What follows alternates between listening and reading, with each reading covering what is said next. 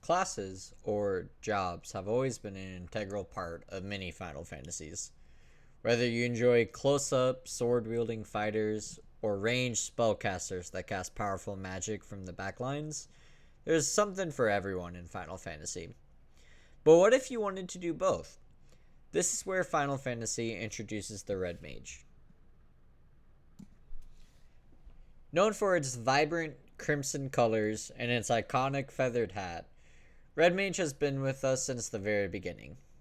Originally being introduced as one of the original 6 jobs in Final Fantasy I, Red Mage has made his fair share of screen time. But what separates our Crimson Wizard from his brother and sister, the Black and White Mage?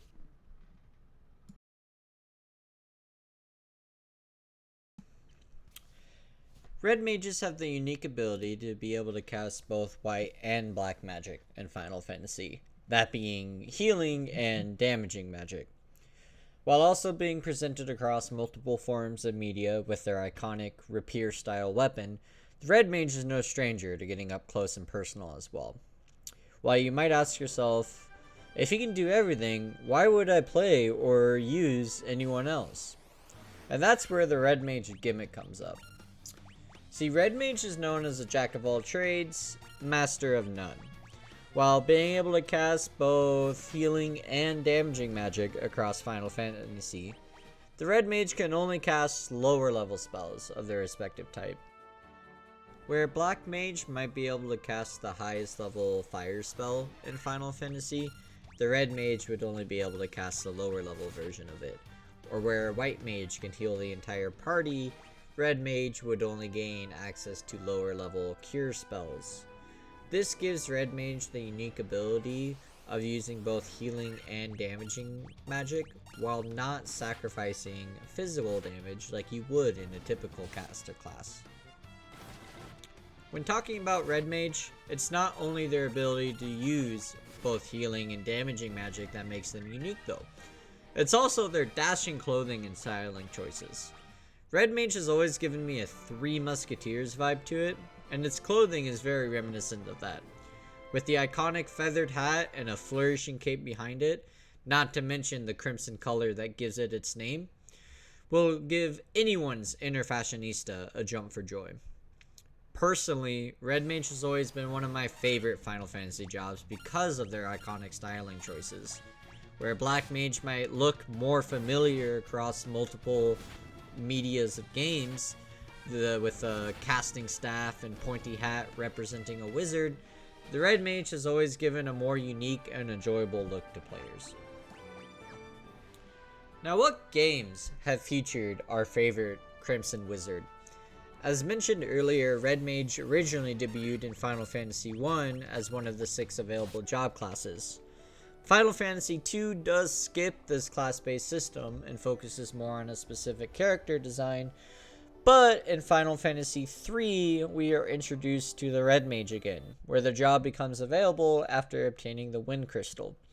In this version of the game, Red Mage is able to use all white and black magic spells up to level 4, but its brother and sister, the White and Black Mage, gain access to the level 5 spells. The next iteration to feature the Red Mage is Final Fantasy V, where in this version we see another iconic feature and ability of the Red Mage: Dual Cast.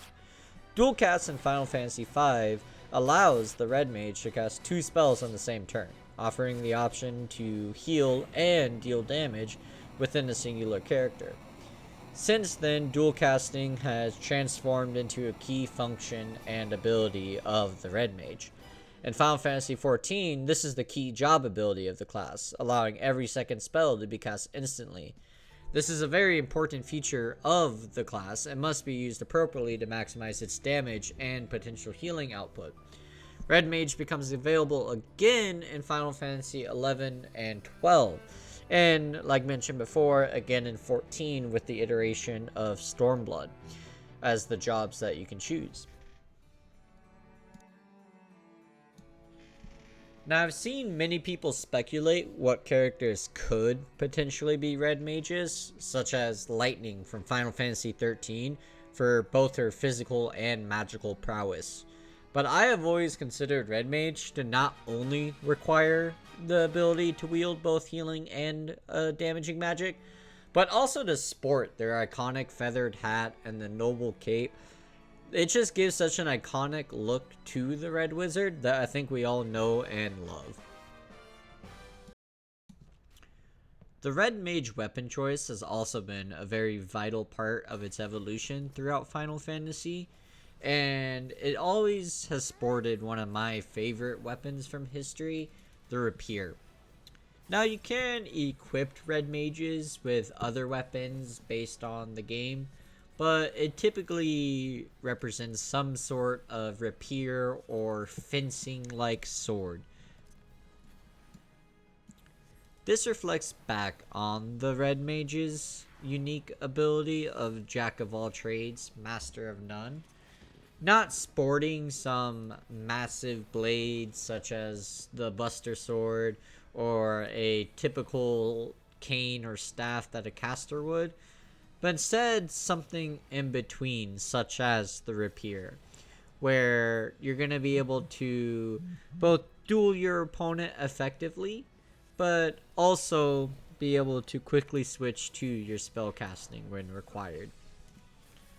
Another piece of imagery that the Red Mage does very well is with their iconic rose imagery. And you especially see this in Final Fantasy XIV with some of the animations that the Red Mage has on its attack.